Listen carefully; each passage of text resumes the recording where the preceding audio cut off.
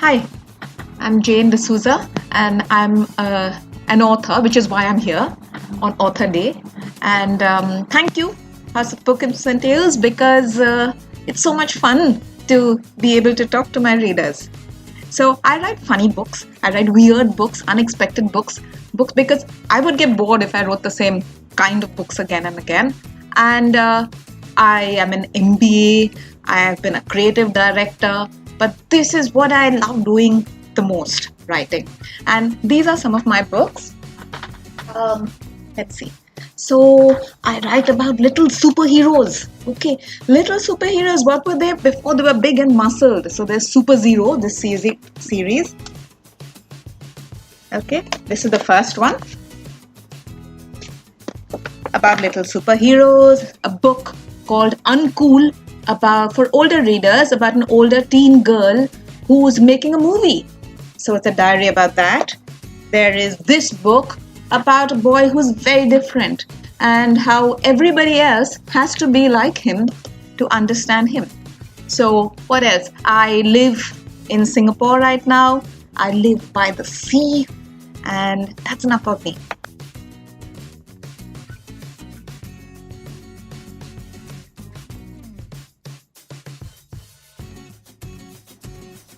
I guess I was always a storyteller in my mind. Okay, so even if no one else recognized it too much later, when I was a kid and I was supposed to be paying attention in class, my textbook margins were filled with little stories and scribbles and dialogue blurbs.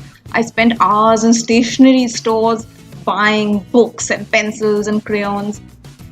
I started getting paid for it when I had my first kid and I was at home and I'd quit my job. And I began to blog. And the blog grew successful. A big magazine approached me to write a column. I started to write columns and articles, travel journalism, and after that, slowly it went into books. And that's where I am today.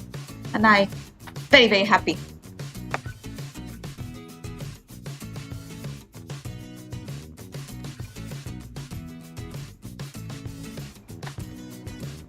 My when we were small, my mother by far was the best storyteller because my cousin Steve and I were the same age, and she would put us to bed. She said, "I'll tell you a story," and we'd all three lie down, and she'd start the story, and then there was a out. She would be asleep, and Steve and I would be, and then what happened? And then what happened? So what happened actually in real life is that we made up the end because my mom was asleep by then.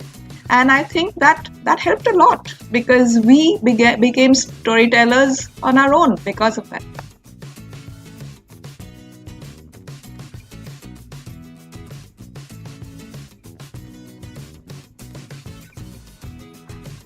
And again, predictably, my favorite places, well, where I really want to go, and this is serious, is I want to travel wherever I do in my next holidays to be in places where there are wildlife rescue centers.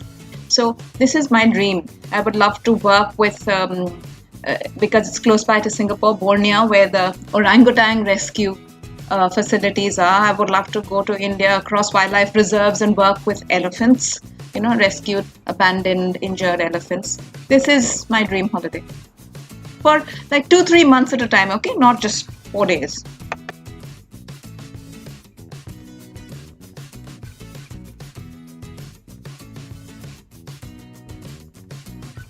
Besides writing, I love reading, of course. I cannot go to sleep without a book, without reading. And I love to eat. I love chocolate, I love cheese, I love chips, all the chore words. Okay, chili. I also love talking to my friends and my kids and my family. I love walking by the sea because I live by the sea. I go walking every evening.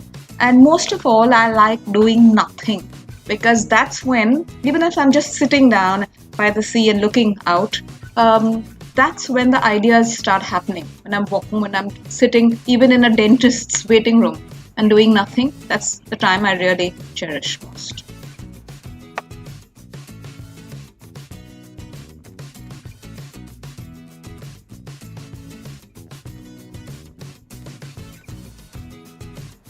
to me, the library is getting lost. It's escape into some a whole different universe, different planets. So last evening, I got wet in the rain, drenched because it was raining and I had to take a bus. And I spent 2 hours in the library, which I do every week.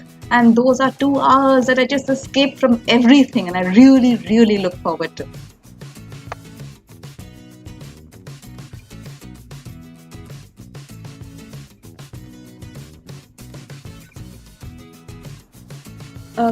I write because I have something to say and I want to talk to people whom I may not even know, and I don't even know where they live, which corners of the world. But what I have to say, I feel, is important. And for example, in the SuperZero series, it's about each child being so special and so talented. The same thing actually in Flyaway Boy or in Uncool. And I cannot talk to everybody, but I can make a difference in the world just bit by bit by writing about things like this.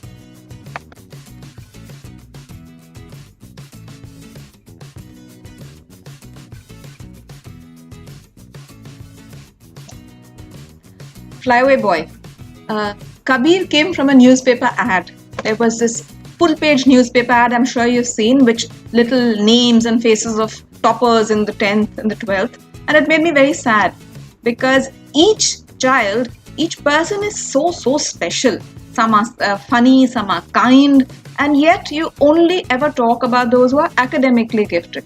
So Kabir is a kid who's different. He doesn't fit into schools and the traditional systems. But it's very important that we recognize each and every child, each and every kid like that. That's where Kabir came from.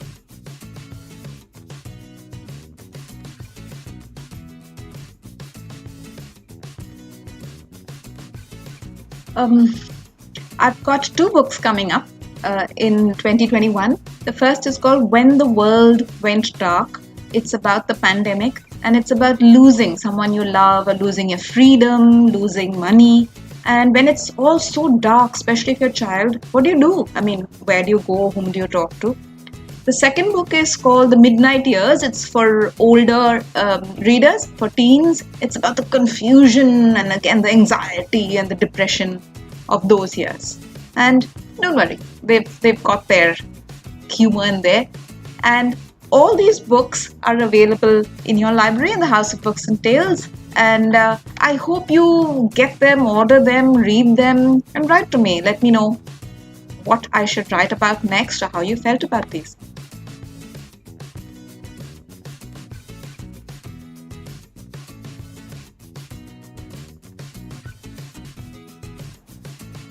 The thought I'd like to leave you with is be kind. There's enough people and messages all over telling you to be smart, be disciplined, be ambitious, successful, but be kind. Being kind is more important than anything else to animals, to the helpless, to the elderly. And be kind, be funny, and be happy. That's all. Bye.